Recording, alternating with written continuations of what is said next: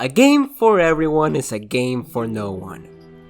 That is a quote that I found on Twitter.com. See, even you can find something of value in this piece of shit. The Elden Ring DLC has been the better part of my life for the last week if we ignore, like, the other small parts of my life, but who cares about those, am I right? When I last played Elden Ring, I mentioned that I had some problems that prevented me from considering this my favorite in the series, such as the repeated content with the catacombs, dungeons, and bosses, but despite that, the game was still one of my favorite games ever and a masterclass of the gaming industry. However, between then and now, a whole 30+ hour DLC campaign came out and stupid amount of online controversy came right along with it. It's like a shitty 2-for-1 deal I didn't want! So besides giving my thoughts on the DLC, I also wanted to weigh in on the online shitstorm and why they're right. The DLC is extremely hard.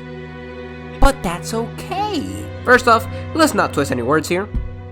This DLC is fucking incredible. Shadows of the Erdtree is a sequel in everything but name, with a map that is incredibly big, dense, and filled with areas and bosses to explore. There are new weapon types to try, new items to use, and other things that just completely change the way in which you approach the game. In interviews and other online appearances, FromSoft said that the game was only going to be as big as Limgrave, which first off, was a lie, second off, was a fucking lie. I mean, not only is the game way bigger than just the size of Limgrave, but it's also not taking into account the verticality of the map. When I was exploring the area, there were multiple times in which I got to a certain part of the map only to be greeted by a fucking mountain standing between me and the location I wanted to access. What this resulted in was me searching where to fucking go, only to find myself doing a whole ass expedition and reaching a part of the map I wasn't even intending. Now, how the fuck did I get here? The game still has that sense of awe when you find a new location. The game is still stunning from beginning to end, and some of my favorite moments from the DLC were simply discovering new locations as they were always breathtaking sights. When I wasn't smiling from finding the modern equivalent to a Van Gogh though,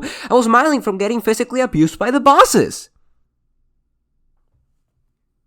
Maybe I should really start working on my phrasing. The DLC is very different from not only other FromSoft DLC, but even to that of the base game as well. Unlike other Souls games DLC, Elden Ring still has a progression system through the Shadow Tree fragments. Yes, it is pronounced Shadow Tree, something about Old English. All I could think about was something like, "Oh, Kingdom Hearts and its cheeky fuckery keeps hunting me!" The DLC deals a lot more damage than the base game, and the Shadow Tree fragments allow you to not only deal more damage, but also tank more damage as well, essentially becoming your level up system for the campaign, which I think is a really good thing. People are already breaking the game in two while having to level up all their stats again. If you could simply walk in and start breaking shit, then there will be no fun to be had. The fun of Souls games is overcoming those hardest boss challenges, and I think that this is a great way of having a progression in difficulty without requiring the player to be a certain level by the time that they touch the DLC. My problem with this system though is how poorly communicated it is to the player. Let me remind you that Elden Ring, despite being a Souls game, is still also a giant open world game in which you can very easily go in a different direction from what could have been intended. I was standing right in front of the path where you were meant to fight the dancing lions and I somehow ended up fighting Rolana. Ended up looking like Sarukaiba after his first fight with Yugi. The problem with this much freedom is that it makes it way too easy to miss elements such as the Shadow Tree fragments, which are essential to the DLC experience. The first Shadow Tree fragment is incredibly easy to miss as it's way off the intended path,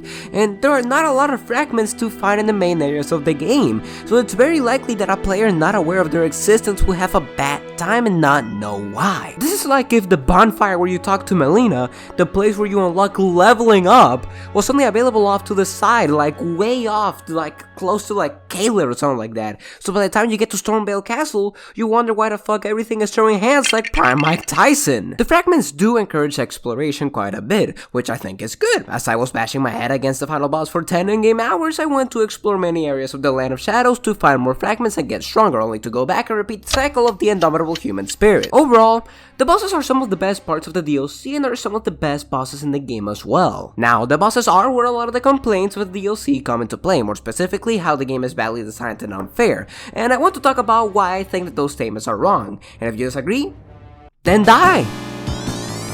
What do you want me to do, argue with you? I'm not arguing, I'm right! The thing about Elden Ring and the experience that it provides is that the game is constantly encouraging the player to try new strategies for different scenarios. Changing builds is the easiest that it's ever been, so take advantage of that, you dumb bitch! Don't just go at everything with a big stick and expect for it to work. Okay, most of the times it is gonna work, but the point still stands. I changed my build constantly trying to beat the many bosses of the game. For the Dancing Lion and Rolana, I switched between a normal greatsword and Radahn's greatsword, while for Mesmer, I switched to Rolana's twin swords as they allowed for better mobility. And for the final boss, I switched my builds at least 3 to 4 times, all with different strategies going into the boss rather than trying to simply hit them harder than they can hit me. Because trust me, they can hit you way harder than you can possibly hit them. The Soulsborne fandom can be weirdly stubborn when it comes to using tools that the game hands you, only to complain about the difficulty of the game when limiting their approach against certain enemies doesn't work like they wanted to. And like, I mean, you have no one to blame there but your dumbass, you know what I mean? The DLC is too hard. A lot of the enemies are more punishing, deal more damage, have more complex patterns, force you to be more patient, I mean, you name it. But at the same time, that's kind of the point. The game is hard, but it isn't unfair. A lot of the enemies do deal more damage, that's true. A lot of the bosses are more complex, with more intricate patterns that force you to be more patient and defensive, that's also correct. However, again, they give you a bunch of tools to utilize, and they expect and encourage you to use as many as possible. They want you to explore, to try new things. Not every insurmountable challenge is going to be the exact same as the last, so approach things with an open mind. Then again, even if you don't, the game will open it for you, so no worries there. This philosophy is seen best with the final boss, which, spoilers, everyone out? Alright. Radahn is an incredible boss fight that perfectly encapsulates the DLC experience.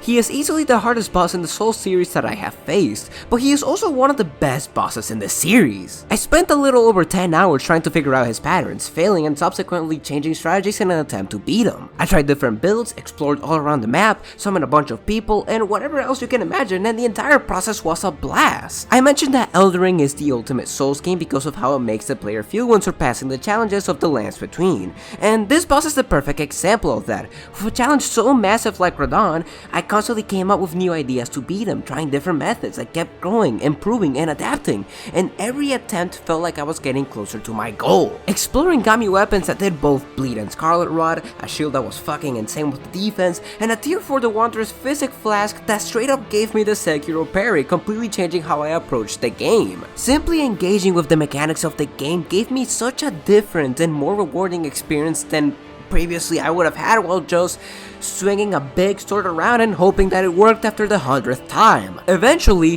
when after hours and hours of experimenting I did beat Radahn, I felt satisfaction unlike literally anything in the entire series, and it cemented Elden Ring as my favorite Souls game right along Sekiro. Shadows of the Erdtree is too hard, but I think that that's alright. The game offers an incredible challenge that encourages the player now more than ever to experiment with the game, making me explore more of the world than I did before. Despite how absolutely soul-crushing many of the bosses can be, they also bring with them a feeling of satisfaction that is unmatched throughout most of the series. The DLC is just fun, an absolute masterclass of design, and possibly the best game of the year, absolutely worth it in every single way imaginable. Well, that's all the time that I have had for today. I'm just a random stranger you met on the internet, but hey, just call me Sudo.